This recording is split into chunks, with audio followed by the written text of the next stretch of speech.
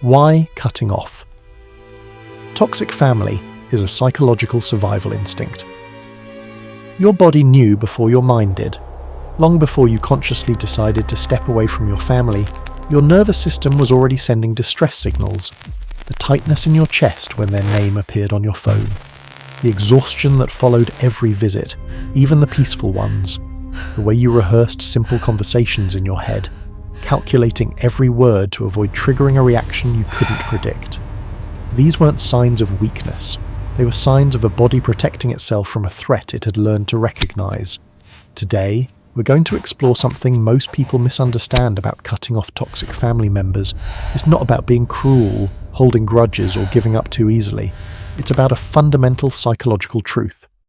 When a relationship consistently harms you, distance isn't rejection. It's survival. And your brain, your body, and your emotional system all know this long before society tells you it's acceptable.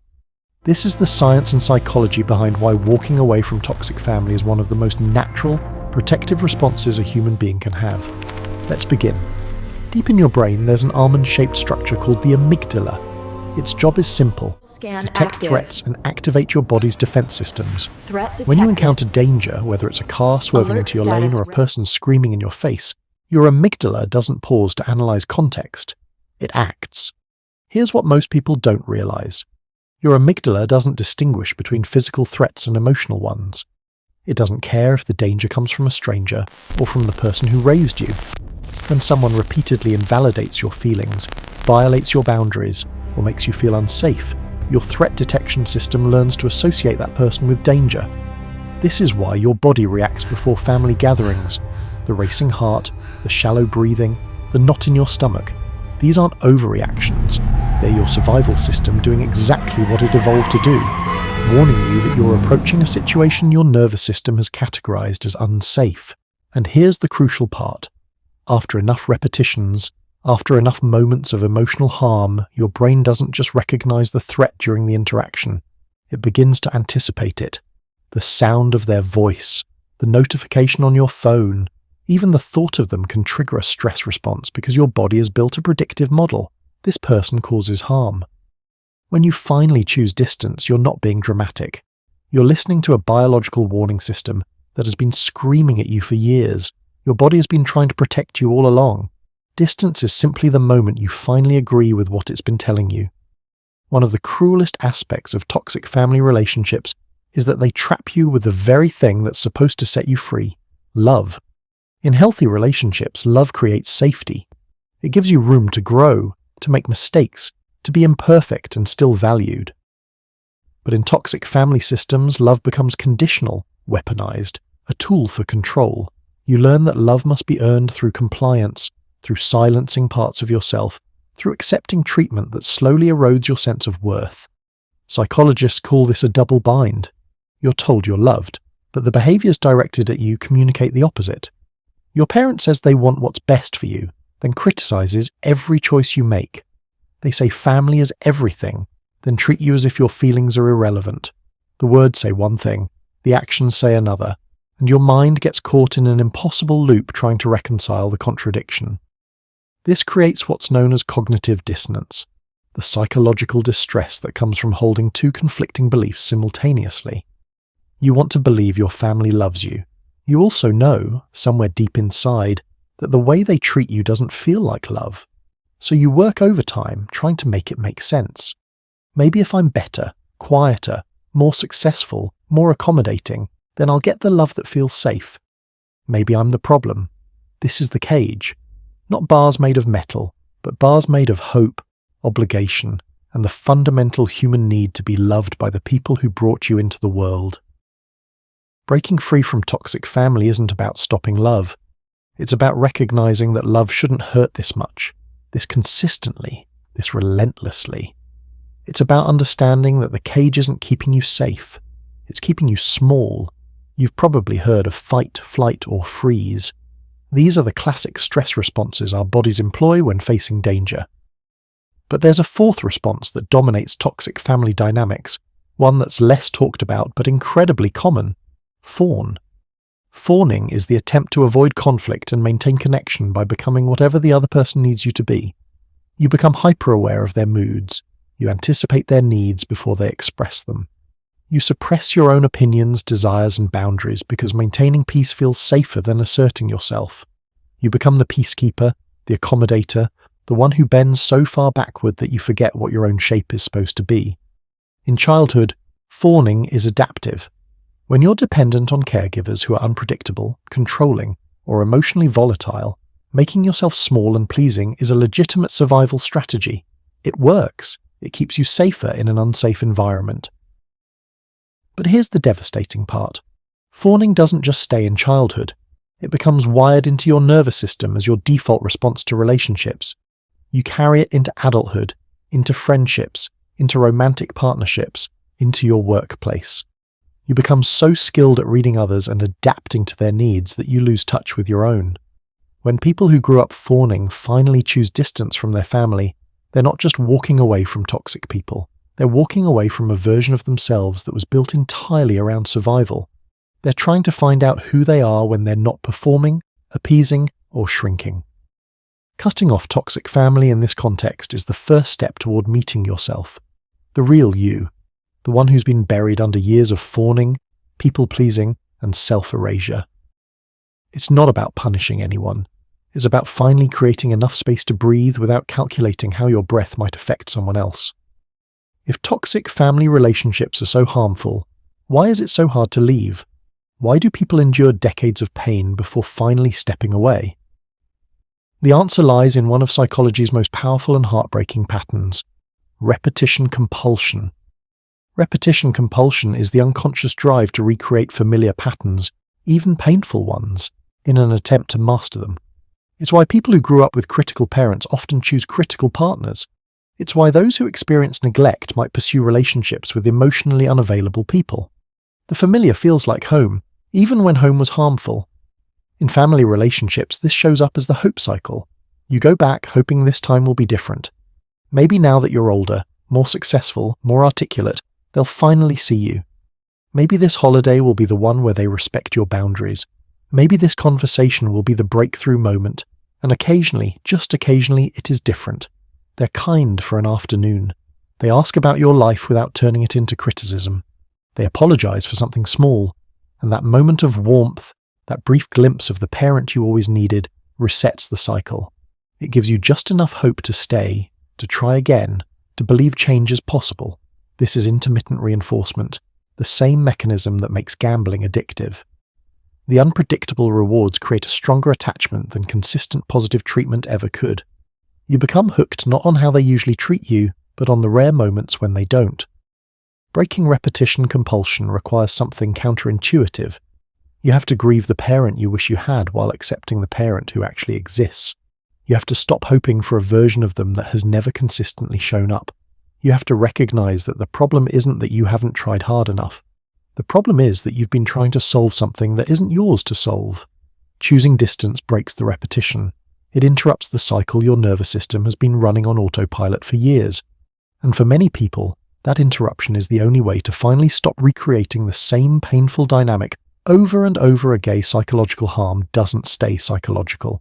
It seeps into your body, rewires your biology, and creates measurable physical consequences. Research on chronic stress shows that prolonged exposure to emotionally threatening environments affects nearly every system in your body. Your cardiovascular system becomes dysregulated, increasing your risk for hypertension and heart disease. Your immune function weakens, making you more susceptible to illness. Your digestive system responds to stress hormones with inflammation and dysfunction. Even your cellular aging accelerates, literally shortening your lifespan at the chromosomal level. When you're in a toxic family relationship, your body exists in a state of chronic activation. Your stress hormone cortisol remains elevated. Your inflammatory markers increase. Your sleep quality deteriorates because your nervous system never fully settles into safety. You might experience unexplained physical symptoms, headaches, digestive issues, chronic pain, fatigue that doesn't improve with rest. Doctors call these psychosomatic symptoms, but that term is misleading. It implies the symptoms are imaginary or less real than physical injuries. The truth is they're completely real. They're your body's attempt to communicate what your mind might be minimizing. You are not safe here. Here's what happens when people finally create distance from toxic family members. Within weeks, sometimes days, physical symptoms begin to improve. Sleep becomes restorative. Chronic tension headaches fade. The digestive issues that doctors couldn't quite explain start to resolve. It's not magic. It's the removal of a chronic stressor that was keeping your body in a constant state of defense. Your body has an immune system to protect you from pathogens. It also has a nervous system to protect you from harm. When that nervous system identifies a relationship as consistently threatening, distance isn't a psychological choice alone. It's a biological imperative. Your body's trying to survive. Listening to it isn't weakness, it's wisdom. Even when every cell in your body is telling you to create distance, there's another voice that keeps you tethered: guilt. Our culture is saturated with messages about family loyalty. Blood is thicker than water. Family is forever. Honor your parents. These aren't just sayings, they're deeply embedded cultural scripts that shape how we understand our obligations to the people who raised us. When you consider stepping away from family, you're not just fighting your own internal conflict. You're fighting against generations of social conditioning that tells you doing so makes you selfish, ungrateful, cold. Society has no neutral language for family estrangement. The person who creates distance is almost always cast as the villain, the problem, the one who gave up. This is guilt by design. Toxic family systems rely on guilt to maintain control. If you've been raised in one, you've likely heard variations of the same manipulations. After everything I've done for you, I'm your mother, I deserve respect. Family forgives. You're tearing this family apart. These statements aren't expressions of hurt. They're tools designed to activate your guilt response and pull you back into compliance. Guilt serves an important function in healthy relationships. It's the emotional signal that tells us when we've violated our own values or harmed someone we care about. But in toxic family dynamics, guilt becomes weaponized. It's deployed not when you've actually done something wrong, but when you've done something that threatens the existing power structure, setting a boundary, expressing a need, choosing yourself. Breaking free requires distinguishing between appropriate guilt and manipulated guilt. Appropriate guilt says, I acted in a way that conflicts with my values, and I need to make amends. Manipulated guilt says, I'm protecting myself, and someone is trying to make me feel bad for it. Choosing distance from toxic family doesn't make you a bad person. It makes you someone who finally stopped letting guilt dictate your definition of love. And that choice, however painful, is an act of profound self-respect. When people first create distance from toxic family, they often expect immediate relief. Sometimes that happens. More often, what follows is complicated, messy, and non-linear. Your nervous system has spent years, maybe decades, calibrated to a specific kind of chaos. It learned to be hypervigilant, to scan for threats, to brace for criticism or conflict. When you remove the source of that chaos, your nervous system doesn't immediately recalibrate to peace. For a while, it keeps scanning, it keeps bracing. It doesn't yet trust that the threat is really gone. This is why many people feel worse before they feel better. The anxiety doesn't disappear instantly. Sometimes it intensifies because now, without the constant external chaos to focus on, you finally have space to feel the accumulated grief, fear, and exhaustion you've been carrying. Healing requires teaching your nervous system a new truth. You are safe now. And that teaching happens slowly, through repeated experiences of safety, through relationships where your boundaries are respected, through environments where you can express yourself without fear of retaliation, through the simple, revolutionary act of living without constant emotional threat. This is what reclaiming your nervous system looks like. It's noticing the moment you realize you haven't felt anxious in days. It's the first time you express a need without immediately apologizing for it. It's waking up and realizing you're not carrying the weight of someone else's emotions anymore. It's also grieving the relationship you wish you had, grieving the childhood that could have felt safe, grieving the version of your family that exists in your imagination but never materialized in reality. That grief is not a sign you made the wrong choice. It's a sign you're finally letting yourself feel what you've been too busy surviving to acknowledge. Healing isn't about erasing the past or pretending the harm didn't happen. It's about building a present where that harm is no longer actively occurring. It's about creating a life where your nervous system can finally rest. Cutting off toxic family is not the easy path. It's not the culturally celebrated path. It's not the path that gets understanding or support from people who've never had to make that choice. It's the path that requires you to trust your own reality over the narrative you were given, to choose your well-being over other people's comfort, to walk away from the fantasy of who your family could be and accept the reality of who they are. Society won't give you permission. Your family certainly won't.